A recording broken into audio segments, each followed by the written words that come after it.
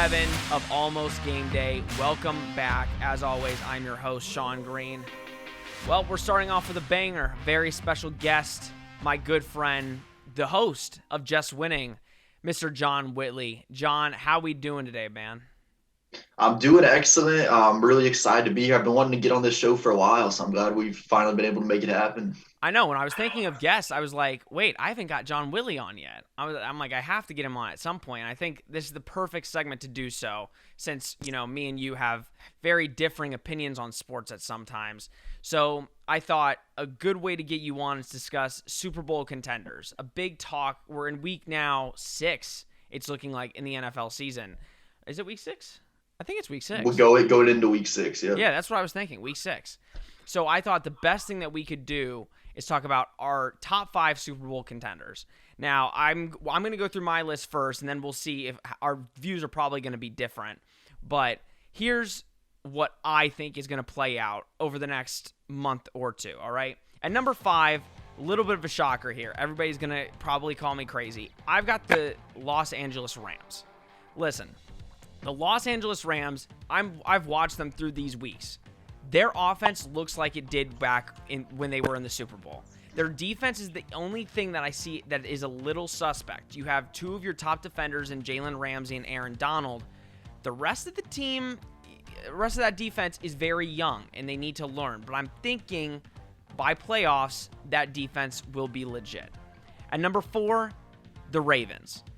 Only problem I have with the Ravens is they are one-dimensional in my eyes. I don't think if a team stops the run like Kansas City did, I don't see the Ravens getting anywhere close to the Super Bowl, because a team just needs to figure out how to stop that run game, and you make the Ravens one-dimensional. And that defense is not as good as people think. That defense also, they give up a lot of yards, they give a lot of big plays up. So I have the Ravens at 4. Number 3, another shocker for people probably, the Kansas City Chiefs. Everybody loves to talk about Kansas City, Patrick Mahomes. That offense is crazy. That offense, you can't stop it.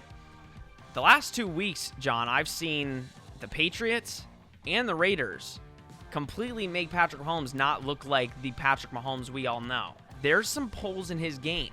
If they get down early in the game, it's hard for them to come back. I know we're going to talk about the Texans playoffs or whatever, but Patrick Mahomes, you could see he's taken a little bit of a decline when it comes to playing really good caliber teams.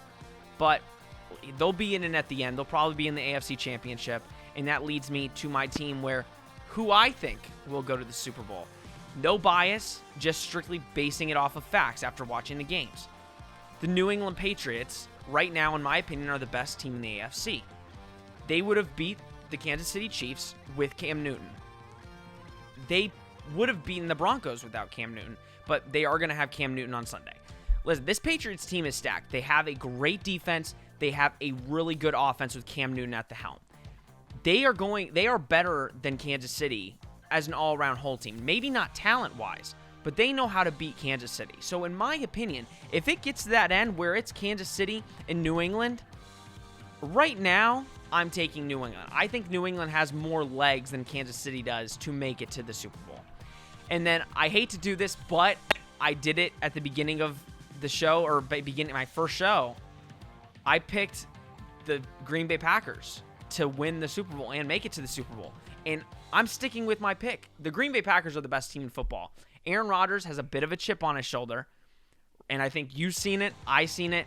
They don't want to talk about it, but Aaron Rodgers is playing out of his mind. He's playing like Super Bowl MVP Aaron Rodgers right now. And that Jordan Love kid, he's going to have to wait a couple of years. Aaron Rodgers does not look done at all. I think Green Bay has a really solid defense that you've seen. Drafting defense, even though you hadn't drafted offense, drafting a defense has helped you guys in that sense over the years, because now you have a serious defense that doesn't give up a lot of yards, doesn't give up a lot of big plays. Zari Smith is a monster on the D-line. So when you look at that plus the offense, your receivers have been injured. Green Bay's receivers have been knocked up, and Green Bay is still putting up 30, 40 points a game. All of that makes me think Green Bay is my number 1 Super Bowl contender. Now, let me be quiet for 2 seconds and let you John, let's hear your Super Bowl contenders 5-1. All right. Number 5, I've got the New England Patriots. My reason for that is simple. I know you wish they were higher, but top 5 at this point in the season, there's not much separation from 5-1. The questions I have for each one will get answered. But number 5, the Patriots. The reason they are contenders is because Bill Belichick's still on that sideline, and frankly, the defense, has really surpassed my expectations after losing some key pieces to opting out. I think what I want to see is, Cam Newton, can he win games with his arms? Because I think come playoff time, they're going to need him to be able to do that. And I'm not saying he can't, but I got to be able to see it. My number 4 is Kansas City. I think I agree that I don't like them against the good teams they played so far this year. For me, it's not because of Patrick Mahomes. I think Patrick Mahomes has looked great. I think they've got some other glaring holes on this roster. I think, the star power at the top for Kansas City is really, really good. But I think as you go down the roster, their defense is honestly pretty atrocious. And then I think, offensively, they've got great speed, but the running game, still is not what it once was. So Kansas City's number 4 for me.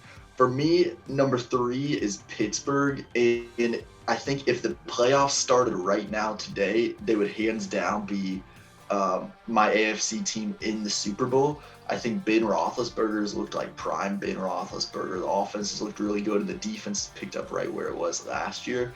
My only issue with the Pittsburgh Steelers come playoff time is, are they going to be able to keep Ben 100% healthy, looking like he is right now over the course of a 16-game season?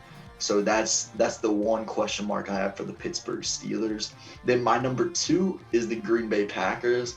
I'm really excited to be saying that at this point in the year, and I would have loved to put them at number 1. I'll get to why they're not in a moment, but I think in Matt LaFleur's second season as head coach, the offense has made a huge jump. Aaron Rodgers looks far more comfortable, and it's honestly great to watch right now. I think the defense isn't great, but it's solid. My biggest fear with the defense is what's going to happen when they face an elite running team, because I don't know that they addressed the run needs on this defense. And then also, I want to see them play a better team so far. I don't know that they have one signature win against a great team that's really impressive yet, because I think, the Saints and the Vikings are not quite as good as we thought they would be coming into this season. My number 1 team is the Seattle Seahawks. I think their defense is atrocious, don't get me wrong, but I think every defense in the NFC has its question marks. I think you look at the offensive side of the ball, they're running the ball really, really well. And then with the playmakers they have on the outside with Russell Wilson, it's going to be just about impossible to beat this team. The margin for error is going to be really, really small, and you're going to have to catch some breaks if you're going to beat Seattle the way they're playing right now. So I like that you brought up Seattle, because I did not have them in my top 5 for that reason that you just said. That defense is one of the worst defenses I've seen in the NFL this year.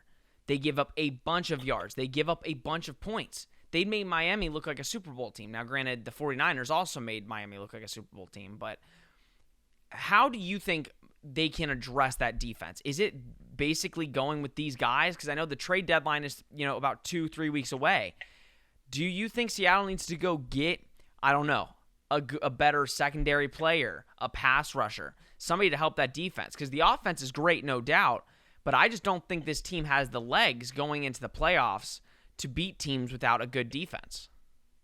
Yeah, so I don't think you can really do anything else other than hope they play better when they get Jamal Adams healthy, just because you've already gave up so much to try to address the secondary needs by bringing in Jamal Adams that I don't think you can make any more moves. I think you have to hope that the answer to your defense is just more offense, and that the best offense is a good defense. And like I said, the only reason I'm able to put them so high is just because I think every defense in the NFC, like particularly you touched on the Rams, still have their defensive questions as well. So we'll see. Yeah, that's why I did put the Rams in my top 5, because with putting the Rams at 5, I know their defense has question marks, but their defense is much better than the Seattle defense has been. even though I do think Seattle's offense is slightly better than the Rams, I do think that Rams defense is much better than Seattle's defense at this point. Let's talk about the Packers really quick. So you put them at number 2. The competition, I understand what you're saying. The Saints, we look at them and we say, okay, we thought they were Super Bowl contenders. Now we're just thinking, make it through the second round of the playoffs. You're not a very deep team. What do you see out of the Packers, especially this weekend? You guys are playing the Buccaneers. That's an interesting matchup. I'll tell you my touchdown pick of the week with that game in a couple segments. But the spread's 1.5. Do you think the Packers beat the Buccaneers this weekend with Tom Brady at the helm over in Tampa Bay? I think they do, but I think it's going to be a tough one. But I think both these teams really have a lot to prove.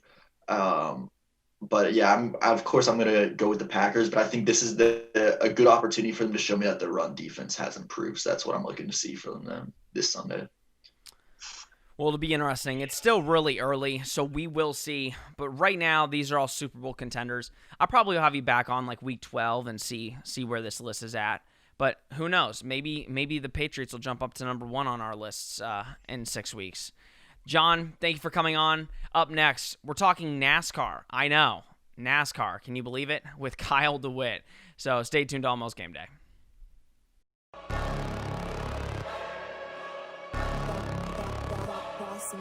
Things gon' change when I really hit the field. Undefeated chance, man, you know what's the deal. Tryna find a kid, I'm in the field doing drills. Boy, you just a sucker, you ain't never keep it real. 3 rings in my hand, I'm a warrior to the max. When I hang it up, they gon' have to give me plaques. Step up in the building and I only bring the facts. When I make a highlight, they gon' replay, run it back, okay? Always locked in, now I don't got time to lax. Saying he the best, he could take a lap. Batted 1,000 when you check the stats.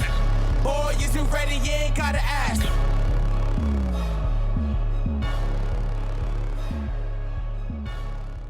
Welcome back to Almost Game Day. Like I said, NASCAR. 2 weeks in a row. Don't really talk baseball and don't really talk NASCAR. But we brought on, I guess, would you call yourself an expert, Kyle, in NASCAR? Would you call yourself an expert?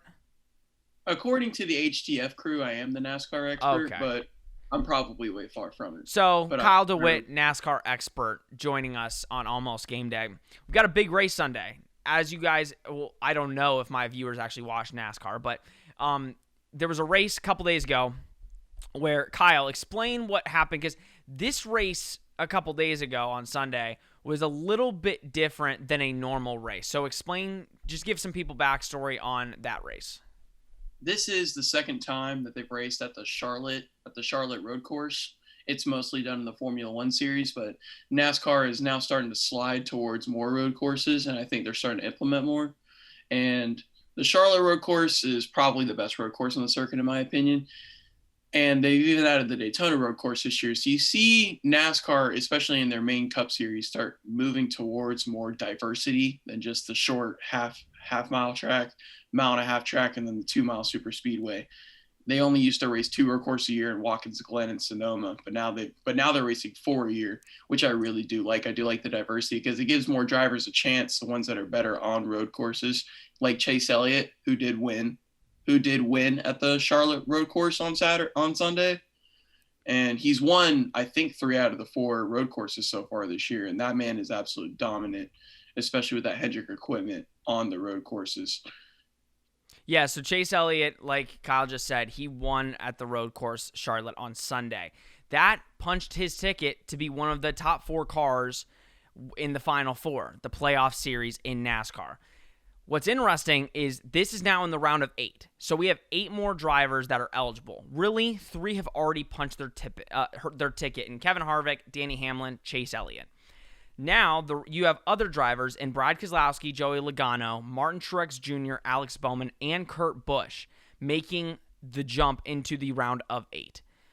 When I look at this, a bunch of guys, Kyle, how is it that Kyle Busch did not make it in? I think it's all based off equipment and money. And I think that Joe Gibbs really put all their eggs into one basket this year with Denny Hamlin and gave him the majority of money into the car. Because it's not it is really much the driver that makes the team. But if you have no money into your car, it doesn't matter how good you are, you're never going to win. And I don't think that Denny Hamlin made the jump as a driver. I think that they made the jump of putting more money into his car because he do bring a lot more sponsors than Kyle Busch does. Kyle Busch isn't as he is a popular driver, but I just don't think that his name brand isn't probably where Joe Gibbs wants it to be. So I guess they're trying to just give the majority of money to Hamlin to try and win him that first championship since his brandability is that high. So like you said, Kyle Busch is out. Kurt Busch is in. He's in the top 8. But let's get back to last week's race. You got Chase Elliott on a road course. There's 6 road courses next season. So are you going to see a bunch of these guys that own cars, like a Joe Gibbs, give money to drivers that are good with road courses? Because if you can win 3 road courses, you're pretty much in the playoff that year.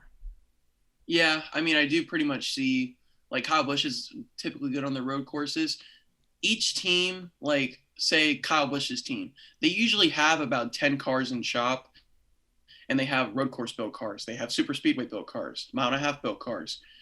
I would see Joe Gibbs putting a lot more money into Kyle Busch's road course cars, maybe not as much mile and a half just because of how good he is on them, so maybe he doesn't need as good of equipment to compete.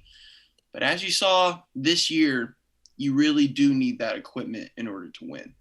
And Kyle Busch, I think he maybe got 1 win this year, if not at all. I know that he didn't win multiple races this year. And that's the first time that's happened in almost 10 years. Kyle Busch has been a staple in the NASCAR Cup Series and in all Cup Series. In all NASCAR Series, trucks and Xfinity for the past 10, 15 years. So you look this week into Kansas Speedway, right? We have the round of 8. If one of those guys pulls the race off, they're in. Now, granted, again, for people that don't understand, it's not like if Kevin Harvick, Hamlin, or Chase Elliott won the race. It's not like they get anything special. They win the race, but other guys still have a chance to get that 4th spot. Out of Keselowski, Logano, Truex, Bowman, and Busch, who do you see, potentially winning this race at Kansas on Sunday? Well, there's one driver in particular who dominates Kansas, and there's one driver in particular who's been dominating mile and a half for the past 3 to 4 years, and that's Martin Truex Jr. Martin Truex Jr. has been one of the best mile and a half racers that I've ever seen. He absolutely dominates races. He stays in the front, has a 2-3 second lead the whole entire race, especially at Kansas. That I think he's won 2 of the last 4 Kansas races. So out of anybody, he probably have the best chance to win. Don't count out Brad Keselowski or Joey Logano, though, because Penske cars, those Fords are always strong, especially on mile and a half and super speedways. So that's actually good because Truex, for him, has had an off year. He's had 1 race win and 5 stage wins. And a lot of people say that is his pit crew. He's had a lot of problem in the pit. And then when he gets to the end of races, a lot of the problems is he usually has a good position, and then some crazy thing happens where he gets knocked down a certain number of spots. What is the pit crew going to have to do, and how is the communication going to have to be between Truex and the pits to make sure that he can come out with a win on Sunday? It's just execution. That's been their problem all year. They know exactly what they have to do. They just haven't been executing. I think they've had a couple gas can issues, a couple tire fix issues. I think they've even had a tire roll out of the pits on them. That's inexcusable for a Cup Series. That's for a Cup Series pit crew team. And they're going to have, if they want any chance to win this race on Sunday, they have to fix those issues. Now, Joey Logano has been known to be, for lack of a better term, a dirty driver. He will do whatever it takes to win an important race that he needs to win. Luckily, Joey Logano and Kyle Busch do not like each other. Luckily, Kyle Busch isn't in the top 8. Do you see, if Joey Logano's close to that number 1 spot, do you see Logano kind of making a dirty play to make a move to try to win that race? I could see it, but a lot of his dirty moves are just racing moves. I don't think that he's purposely trying to turn somebody. I don't think he's purposely trying to put somebody in the wall. It's just hard racing. If you end up hitting someone's quarter panel trying to dive bomb to actually get inside of somebody on turn 4 on that final lap, then that's what happens. You got to do what you got to do to win. And he is also the reigning and defending NASCAR Cup Series champion, so he's got to do what he's got to do in order to get back to Phoenix. So let's go to the round of 4 here. I don't know who's going to be in it. For you, it's Truex Jr. If we have Harvick, Hamlin, Elliott, and Truex Jr., who do you see winning that round of 4? I know we have a couple more races in the round of 8. We have the October 25th race against Texas Motors at Texas Motor Speedway, and then we have November 1st at Martinsville. Who do you see after the round of 8's done, or whatever? Who do you see coming out on top in this NASCAR Cup Series? To see who goes to the Final Four, who actually wins the championship. Who actually wins the whole thing? Well, Harvick's already solidified his spot in the Final Four. And Harvick is absolutely dominant at Phoenix Motor Speedway. He has the most wins of any active driver at Phoenix Motor Speedway. And this is the first year that they're actually racing the championship at Phoenix. This is the first time they're not racing it in Homestead in almost 15 years. So it's Kevin Harvick's championship to lose. He's also been the most dominant driver in NASCAR this year behind Denny Hamlin. And Denny Hamlin hasn't had a lot of success at Phoenix. So if I had to choose a favorite, it has to be Kevin Harvick, the most dominant racer and the best driver overall at Phoenix. I'm going to go Denny Hamlin, to be completely honest. I completely understand with what you're saying. I think these are the 2 top drivers this year, but I have loved how Denny Hamlin has been racing. It seems like every single week, obviously not, but every single week he's like in the top 5 or top 10, and he's running really consistent. Harvick has too, but clearly those are the top 2 drivers this NASCAR season. But it'll be interesting. We've got many races to go. Hopefully we'll find out, this weekend who will take that last spot in the Final Four. But if not, we have a couple more races to go after that. Kyle, thank you so much for talking NASCAR. Again, we're talking new sports like every week. So if you want to learn about more sports than just, football and basketball, come on to Almost Game Day and watch. Kyle, thanks for coming by, man. I appreciate it. Of course, bro. Up next, my touchdown picks of the week. You won't want to miss it, so stay tuned.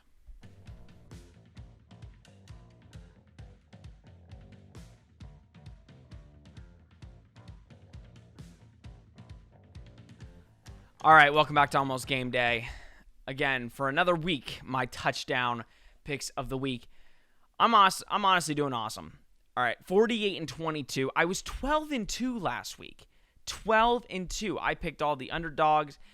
I did great last week, and I'm doing great for the actual season. This week, I'm calling it the favorites week. You'll see in a second. Okay, let's get into the slate of games. First game, Patriots, Broncos. These 2 teams, if they were to play last Monday, they would have been riddled with injuries. Drew Lock wouldn't have played. Cam Newton, Stephon Gilmore wouldn't have played. Now it's looking like both teams are healthy. Now, Melvin Gordon, I don't think he's going to play because it got announced about the DUI. That's going to be a big problem for the Broncos if Phillip Lindsay can't go. I originally was going to take the Broncos at +10. To me, the Broncos are a tough team to play. They're great on the defensive side of the ball.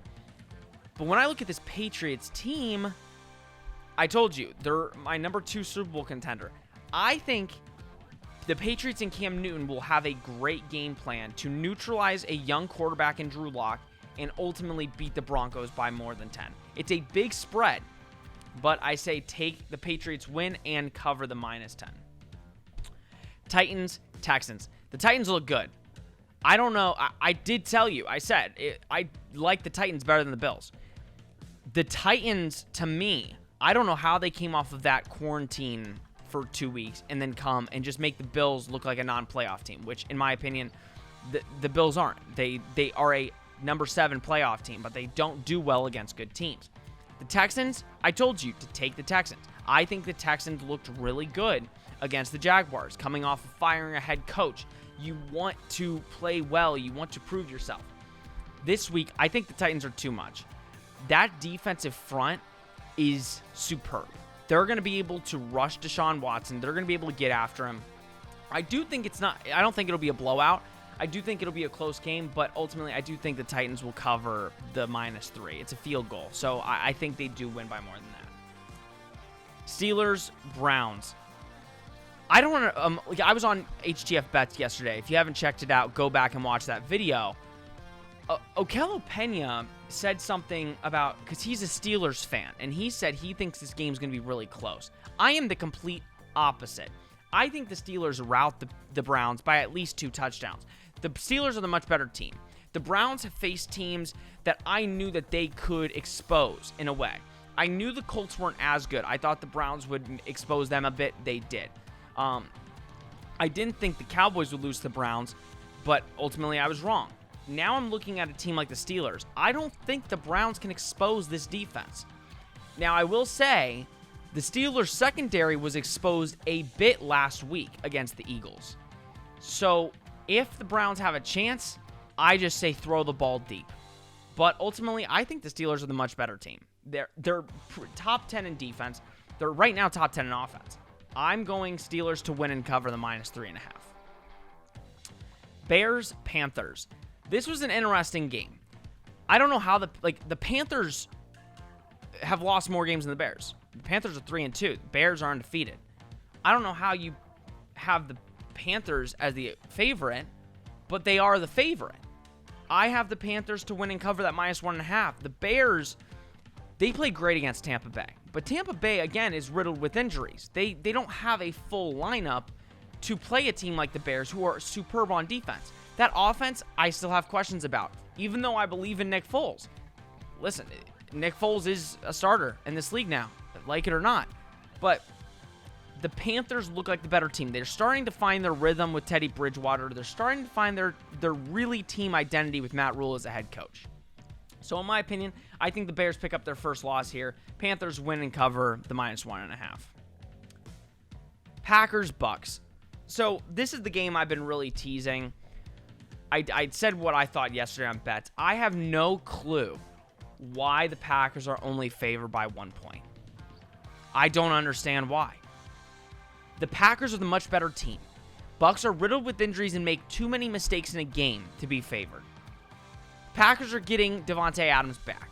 Mike Evans' ankle still looks really hobbled. I don't think Chris Godwin is playing in this game with a hammy. The Packers should be favored by like 6.5. The only reason they're not is because of the quarterback that's on the other side with the Bucks and Tom Brady. I think if you are going to either bet or talk to your friends about this game, the Packers are going to win. The Packers, I think it's not going to be very close. I just don't. It's Packers by at least 7. Rams 49ers. You know, there's this mentality of hungry dog runs faster. 49ers got embarrassed against the Dolphins. So many would think the next week they're going to come back and play better. I just don't think so. I'm sorry. I don't think so. Hungry dog runs faster does not apply here. The Rams are going to win by more than 3.5. Like, they're the favorites. They have the better offense right now. They're not really hobbled with injuries like the 49ers. The 49ers have a rough schedule coming up. They've got the Rams, they've got the Patriots, they've got the Seahawks, they've got the Packers, and they have the Saints. The 49ers are going to be probably the last place in that division. So I have the Rams. I have the Rams beating them by more than 3.5. The 49ers are pretty much done, in my opinion. And then the game that everybody's interested in, Chiefs, Bills. Again, we're sticking the theme of favorites. The Bills are not good when it comes to playing good teams. You put the Bills up against a good team, and they choke. And then you guys will say, oh, Sean, they played the Raiders. They beat the Raiders. The Chiefs didn't. The Raiders against the Chiefs were at full health. The Raiders against the Bills were not at full health. That's what I look at. But them playing against the Titans, you saw the type of team the Bills are. They're one-dimensional. Defense isn't as good as people think it is. And that offense can get stagnant. So I think the Chiefs have a bounce-back game here. They want to prove they're still a top team in the NFL and that they're not going to lose much this year. I say Chiefs cover and win, -4. So not much, of a, what do you call the word? I picked all the favorites. I didn't pick one of the underdogs here. And that's just my personal opinion. I think the underdogs this week don't have a great opportunity to come in and win. If I were to pick an underdog or a couple underdogs that could cover, I don't think any of the underdogs win this week that out of the games I picked. If I were to pick an underdog to cover, I would probably say the Broncos. Yeah, the Broncos. Broncos or Texans. But even that, the Texans are -3, so I don't know. But all the others, yeah, the spreads are too close for the margin of error. And yeah, so I'm going with all the favorites. It's favorite week here on Almost Game Day. All right, that's episode 7, guys. I hope you enjoyed it. Make sure to follow us on all our socials. Follow me on my Twitter. Follow HTF on Twitter. Subscribe, like, share, comment. Tell your friends and family about us. We are posting content all the time.